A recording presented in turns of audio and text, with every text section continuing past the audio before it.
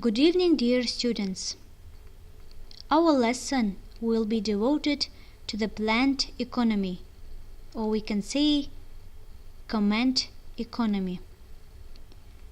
We will read some information about its characteristics, pros, cons, and give some examples of planned economy. Здравствуйте, дорогие студенты!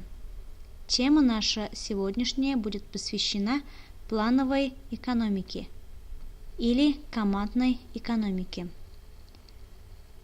На занятии подробнее мы с вами рассмотрим про ее характеристики, преимущества, недостатки и дадим некоторые примеры плановой экономики.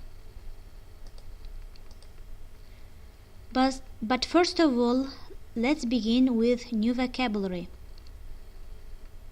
Но сначала давайте начнем с новых слов. Эти слова вам нужно будет записать в тетрадь и выучить. Okay, let's start. Actionable objective. To allocate. To eliminate. To meet the needs.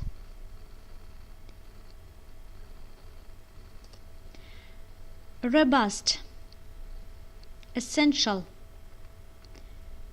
Regulations. To enforce. Wholly. To struggle. Solution. Well known. Let's repeat one more time. Давайте повторим еще раз. Actionable objective. To allocate. To eliminate. To meet the needs.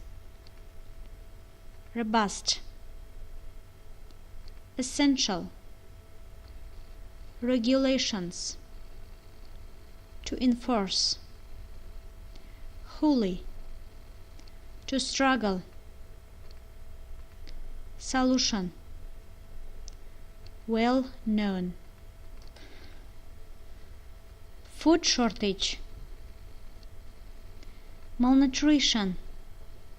Might. Up to date. Let's repeat one more time. Food shortage. Malnutrition. Might. Up to date. Задание будет таким: написать эти слова в тетрадях и выучить, знать перевод с английского на русский, с русского на английский.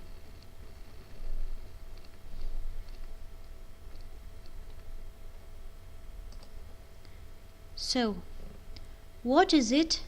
Planned economy.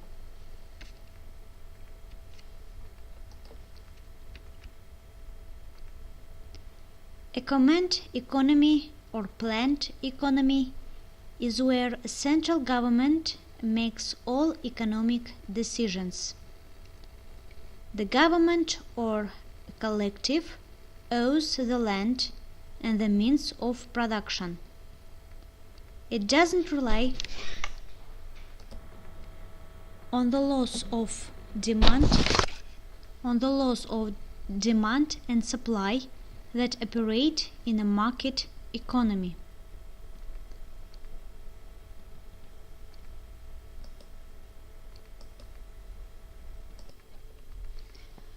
There are some characteristics of a command economy.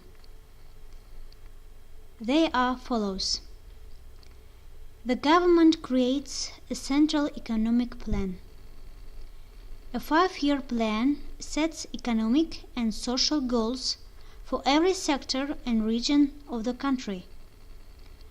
Shorter-term plans convert the goals into actionable objectives. Next, The government allocates all resources according to the central plan. It tries to use the nation's capital, labor, and natural resources in the most efficient way possible. It promises to use each person's skills and abilities to their highest capacity. It seeks to eliminate unemployment. The third characteristic: the Central Plan sets the priorities for the production of all goods and services. These include quotas and price controls. Its goals is to supply enough food, housing, and other basics to meet the needs of everyone in the country.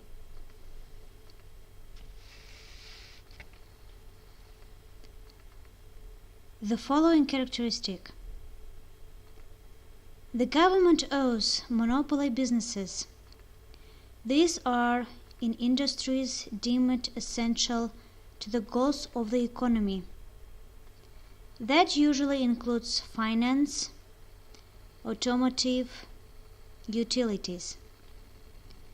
There is no domestic competition in these sectors. The government creates laws, regulations, and directives to enforce the central plan. Businesses follow the plan's production and hiring targets.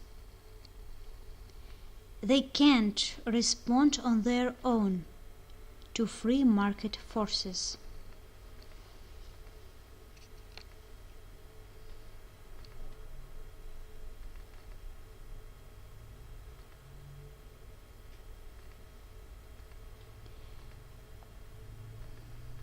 In the video, you can see more characteristics of the planned economy.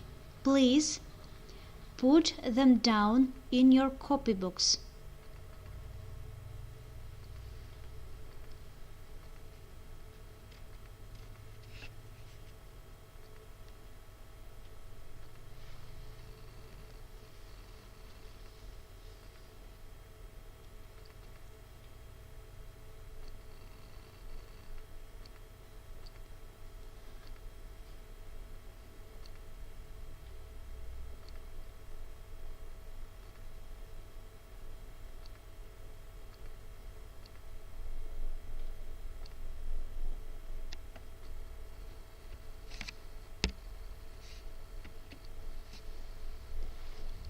Let's go further and talk about advantages of the command economy.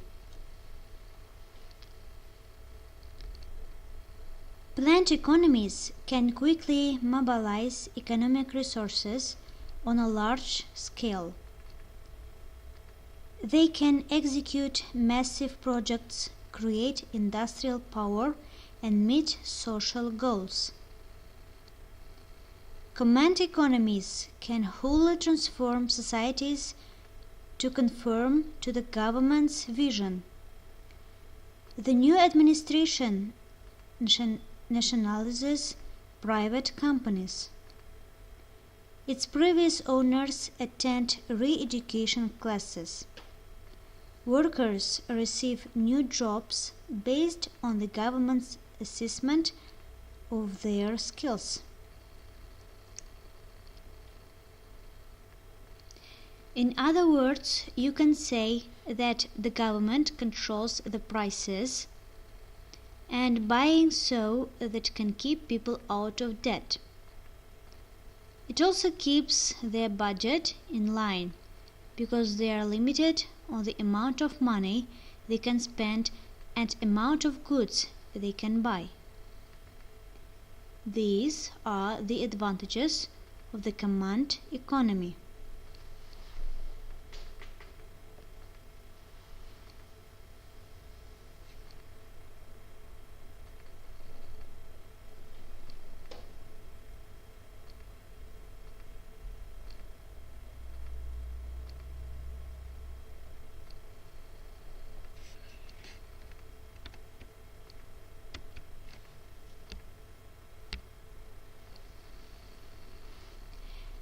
As you can see, there are more disadvantages than advantages. There are more cons than pros. This rapid mobilization often means command economies mow down other social needs.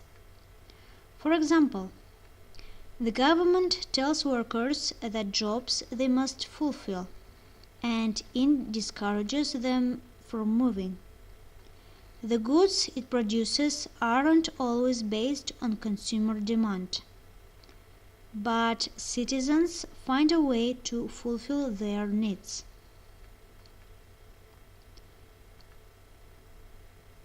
They often develop a shadow economy or black market. It buys and sells the things the command economy isn't producing. Leaders' attempts to control this market weakens support for them.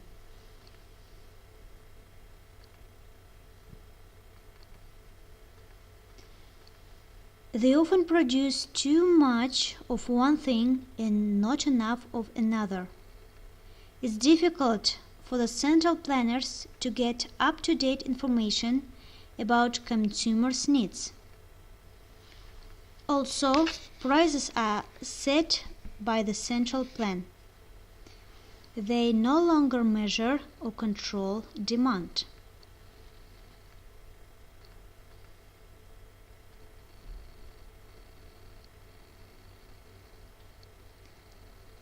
Command economies discourage innovation.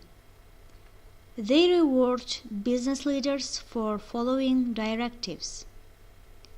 It doesn't allow for taking the risks required to create new solutions.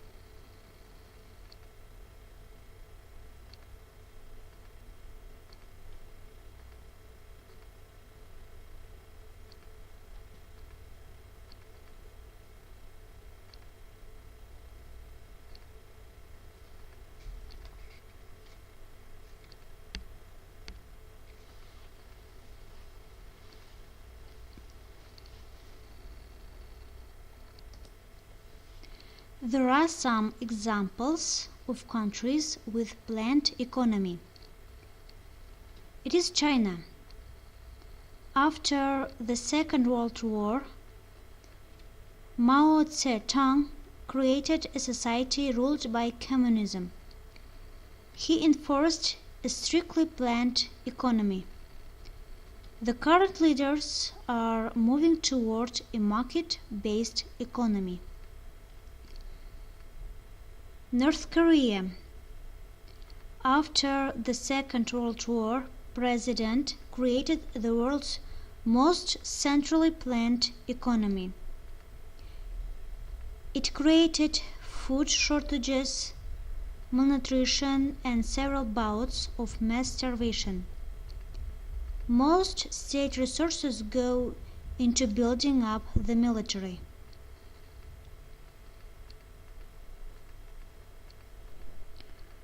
Russia in 1917. Vladimir Lenin overthrew the Tsars. He created the first communist command economy. Joseph Stalin built up military might and quickly rebuilt the economy after the Second World War. The Soviet State Planning Committee, or Gosplan, has been the most studied command economy entity. The USSR was also the longest-running command economy, lasting from the 1930s until the 1980s. Then the state transferred ownership of the largest companies to oligarchs.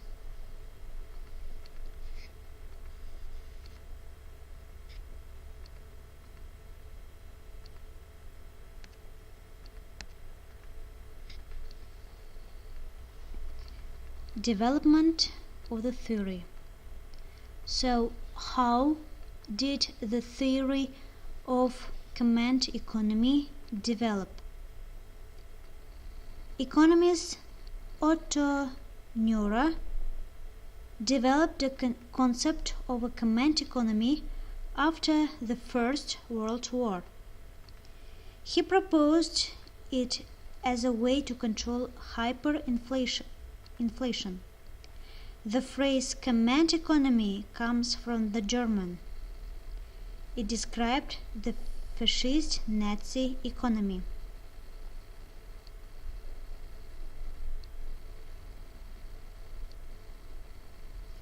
But centrally planned economies existed long before Nazi Germany.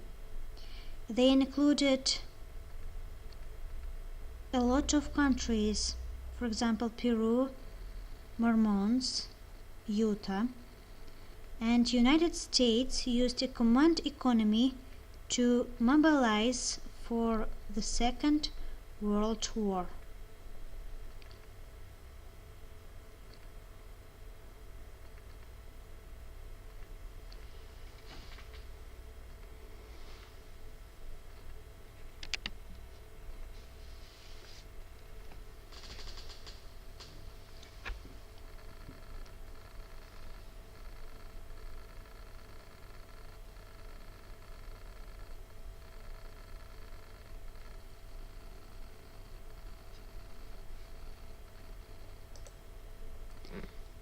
This is all for now.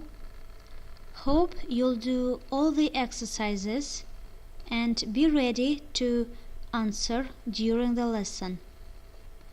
Thank you for your attention. Good luck.